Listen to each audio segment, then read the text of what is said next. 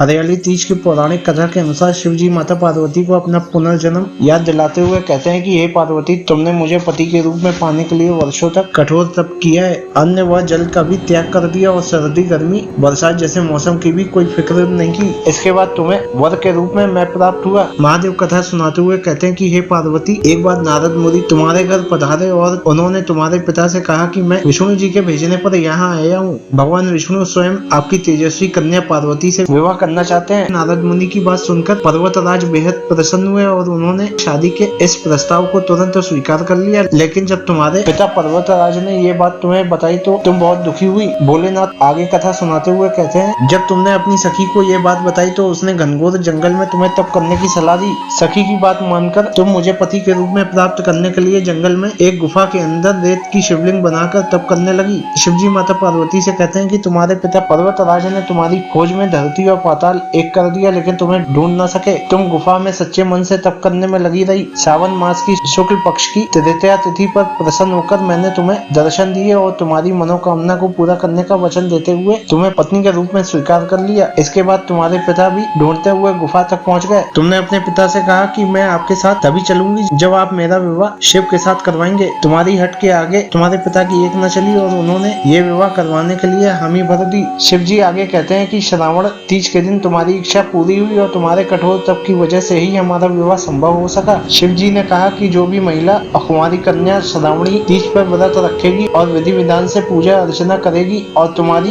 इस कथा का पाठ पढ़ेगी या सुनेगी, उसके वैवाहिक जीवन के सारे संकट दूर होंगे और उसकी हर मनोकामना को मैं जरूर पूरा करूंगा।